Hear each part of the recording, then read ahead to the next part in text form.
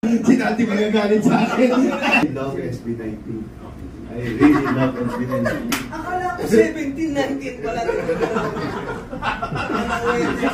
SB17. Ikaw, Lay. Doon muna.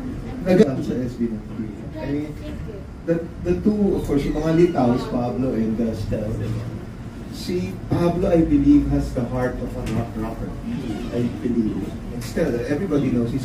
Napakaganda naman ang sinabi ni Wency Cornejo tungkol sa SB19, lalong-lalo na ang dalawang vocalist na sina Pablo at Stel.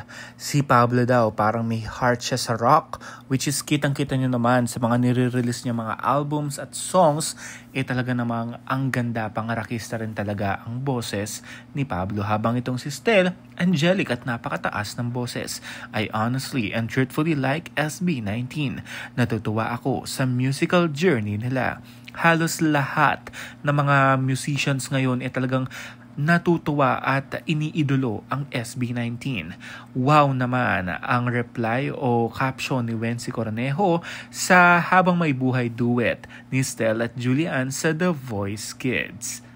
Actually, The Voice lang to, no? The Voice Generations. Wow, I'm just thrilled that Stel and Julian know my song.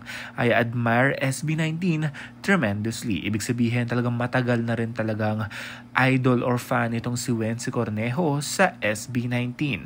Napakagandang marinig at makita yung mga tweet, messages, or interviews tungkol sa SB19. Kaya ako, as much as possible, as long as may mga connections, yung mga ini-interview ko rin na personal na mga artist, tinatanong ko rin sila kung ano yung interaction nila with our Mahalima. Kaya naman, keep rising SB19 this year, 2025. Marami silang pasabog, lalong-lalo na ang kanilang upcoming album na Simula at Wakas. Kaya this has been G Kamanangan TV.